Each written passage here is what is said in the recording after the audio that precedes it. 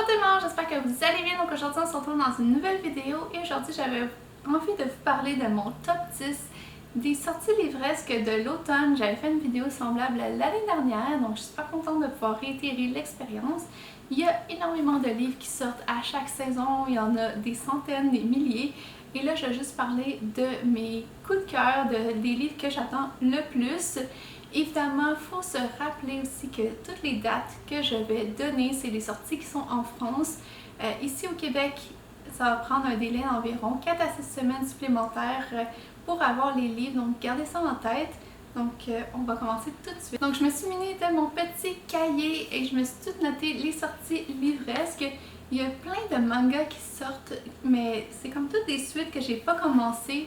J'avais quand même envie de vous les présenter, peut-être que vous aussi vous allez vouloir commencer ces séries-là. Donc en rafale, le 11 septembre, Mes voisins les esprits, le deuxième tome par Shiroto Ushio aux éditions Doki Doki va sortir. Et il me semble que c'est une personne qui peut voir des yokai ou des esprits au Japon.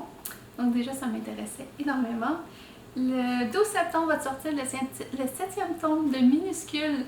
Et j'ai pas encore commencé cette série-là, mais ça me semble être une série où on va suivre la vie des petits êtres qui vivent dans les herbes, donc qui sont vraiment tout petits. Et juste pour ça, ça m'intriguait énormément. Donc l'auteur c'est Takuto Kashiki aux éditions Komiku. Et le 3 octobre va sortir L'Enfant et le Maudit, le 7e tome par Nagabe aux éditions Komiku. Et là, j'avais mis le premier tome dans ma pile à lire pour le Pumpkin Autumn Challenge, donc il me reste quand même 6 tomes pour être à jour dans cette série-là. Ici, je sais juste qu'on va avoir deux mondes qui coexistent, donc le monde des vivants, le monde des monstres, et puis que les humains ne peuvent pas toucher un monstre sous peine de se transformer comme eux. Et puis, on va avoir droit, je pense, à une amitié improbable entre une petite fille et un monstre. Toujours au mois d'octobre, mais maintenant, le 16 va sortir le 3e tome de Divine, Enial et Dewila par Kamome Shirahawa aux éditions Pika. C'est la même autrice illustratrice qui a fait l'Atelier des sorciers, donc ça j'avais vraiment envie de découvrir un peu ses autres œuvres. Ici je sais juste qu'on va suivre un ange et une démone qui cohabitent ensemble et qui vont essayer de faire le bien sur Terre ou de faire des choses ensemble, du moins de s'entendre déjà, ça serait une bonne chose. Mais juste la plume et en fait le trait de cette illustratrice, j'aimerais bien le retrouver. Sinon, j'ai aussi un comics qui m'intéresse, mais j'ai pas encore commencé la série, même si je possède le premier tome. Il s'agit de Night of Knives par Willy Schwab aux éditions Titan. Et ça, c'est la suite de Silk Prince, donc c'est le préquel de Shades of Magic, mais en version comics. Donc c'est vraiment quelque chose que je veux découvrir parce que Shades of Magic, c'est une de mes séries préférées. Donc pourquoi pas voir la version comics que ça donne. Et là, on va vraiment passer à mon top 10 des sorties livresques de l'automne 2019. Le 18 septembre va sortir un nouveau livre de Christopher Paolini, La fourchette, la sorcière et le dragon aux éditions Bayard Jeunesse. Et ça, c'est un livre que je n'attendais pas, mais que je suis très contente d'avoir parce que la série Eragon du même auteur, c'est une série que j'adore. Vraiment, j'ai relu les livres dernièrement, je pense que c'est juste avant d'ouvrir ma chaîne, donc en 2017. Et c'est vraiment une série sur laquelle j'ai accroché, où il y a des dragons, où il y a vraiment un univers incroyable qui a été peaufiné par l'auteur. Si vous avez vu le film, vous n'avez pas vu les livres, là, oubliez tout ce que vous avez vu et allez vous procurer les livres immédiatement par n'importe quel moyen, que ce soit à la bibliothèque, à la librairie, chez un ami, n'importe quoi. Mais le film est dégueulasse, pas vrai. Il y a un personnage qui s'appelle Angela l'herboriste. Si vous avez lu, peut-être que vous savez c'est qui. Mais c'est un personnage qui a été calqué sur la sœur de Christopher et celle-ci s'est prêtée au jeu et a écrit une nouvelle dans ce recueil de nouvelles-là. Et je sais que La fourchette, la sorcière et le dragon, ça va se passer un an après le dernier tome de la série de l'héritage. On va voir ce que ça donne. C'est vraiment intriguant, du moins. Le 25 septembre va sortir un manga qui s'appelle L'imprimerie des sorcières par Yasuhiro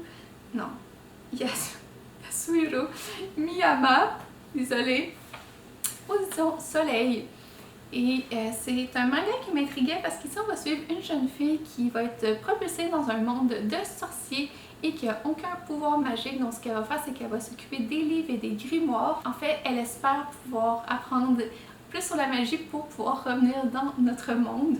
Donc ça va être vraiment comme si nous, on allait dans l'univers de Harry Potter, mais on ne pouvait pas rien faire. Donc une espèce de moldu perdu parmi les sorciers. Donc j'ai vraiment hâte de voir ce que ça donne aussi. Un album que j'attends avec impatience qui va sortir le 2 octobre. C'est le 3e tome des Bergères et Guerrières par Jonathan Garnier et Amélie Fléchet aux éditions Glénat. Donc ça, j'ai vraiment hâte. Je viens tout juste de lire le 2e tome que j'avais mis dans ma liste du Pumpkin Autumn Challenge. Donc ça promet, parce que ça finit sur un gros cliffhanger. Donc on se demande vraiment ce qui va se passer dans la suite. Mais les illustrations d'Amélie Fléchet avec les textes de Jonathan Garnier, là, c'est du pur bonheur. Donc très hâte d'avoir la suite entre les mains. Et le 2 octobre va sortir la suite de Vicious par Victoria Schwab, donc Vengeful. Et quand j'ai vu la couverture aux éditions Lumens, c'est du génie, c'est incroyable, c'est magnifique. Je ne sais pas comment qualifier cette couverture à part de dire que c'est une œuvre d'art. Je ne sais pas ce que vous en pensez, mais moi je la trouve tellement belle. Comparée à l'original qui est très graphique, très schématisé, mais cette couverture est vraiment belle, donc il me le faut dans ma collection juste pour ça. Je viens de recevoir le 1er tome d'ailleurs qui m'a été envoyé par Interforum Editis Canada, donc je vais le lire bientôt et je souhaite faire une chronique aussi. Je l'avais lu en anglais l'année dernière, donc je pense que j'ai besoin de me rafraîchir la mémoire avant de me lancer dans le tome. Le 3 octobre va sortir aussi un 3e tome de manga qui s'appelle Magus of the Library par Mitsu Uzu aux éditions Kiyun. Et ça, c'est une série que je viens tout juste de commencer, un manga que j'adore puisque ça parle juste de l'amour des livres et de toute la connaissance et le savoir et toute l'imagination et les voyages qu'on peut faire avec eux. On va suivre un jeune garçon qui s'appelle Shio et son rêve, c'est vraiment de pouvoir juste avoir accès à tous les livres, aller dans la capitale de ce monde-là où il y a la plus grande bibliothèque qui existe et de devenir un gardien du savoir. Donc ça promet. J'ai pas lu encore le 2e tome, mais je veux vraiment poursuivre cette série-là. La même journée, donc encore le 3 octobre, va sortir la suite de Nevermore par Jessica Townsend aux éditions PKJ. Un livre qui a été dans mes coups de cœur de 2018, un livre jeunesse que je m'attendais vraiment pas à aimer parce qu'on me comparait vraiment trop avec Harry Potter, mais finalement ça s'est avéré être une histoire complètement différente, mais aussi bonne, j'ai envie de dire.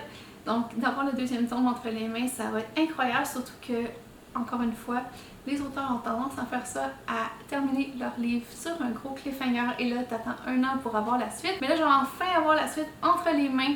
Et j'ai vraiment hâte de poursuivre l'aventure avec Morrigan dans ce monde incroyable et magique. Ensuite, le 4 octobre sort aussi une autre suite que j'attends avec impatience. C'est le 3e tome de La Boîte à musique, une bande dessinée par Carbone et JG. C'est une bande dessinée qui est un peu plus jeunesse, mais qui est tellement belle et touchante. Il y a 1000 couleurs dans cette bande dessinée-là, les éclairages, les ombres, le jeu de lumière est tellement beau. Je comprends même pas, ça dépasse ma compréhension comment ça a été fait.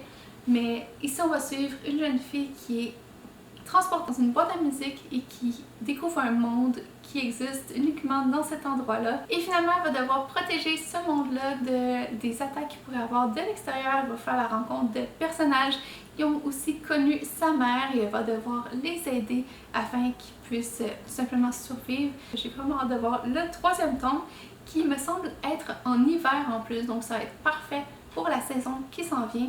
Juste la saison qui s'en vient, mais au moment où je vous tourne cette vidéo-là, on n'est même pas techniquement encore en automne, puis je me projette déjà en hiver. Ça pour dire que j'ai juste vraiment hâte d'avoir ce livre-là dans ma collection. Et le 8 octobre va sortir un livre que j'attends avec impatience, que ça fait 2 ans que j'attends, et tous les fans d'Harry Potter attendent aussi ce livre-là.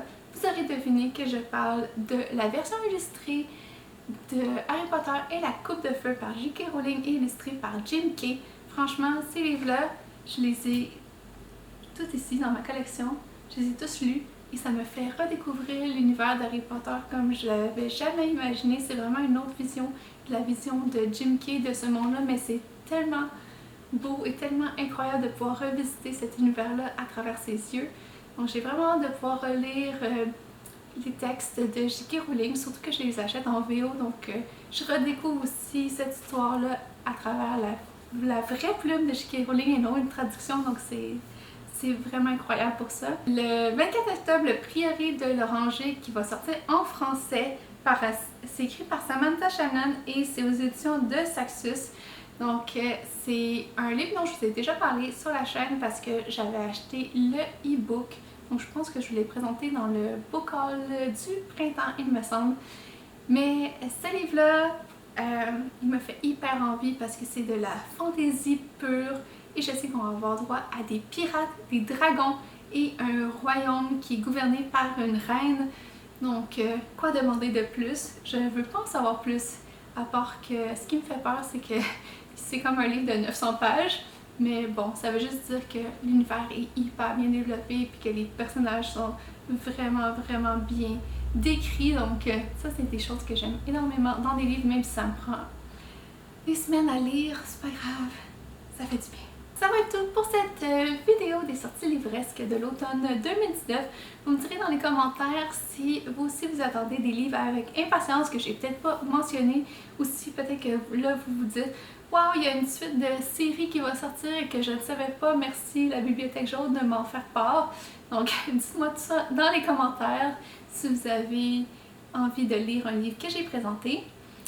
N'hésitez pas non plus à mettre un petit pouce, ça fait toujours plaisir, et à vous abonner à la chaîne si ce n'est pas déjà fait. Donc nous on se revoit bientôt dans une prochaine vidéo et d'ici là, je vous souhaite de bonnes lectures. Bye!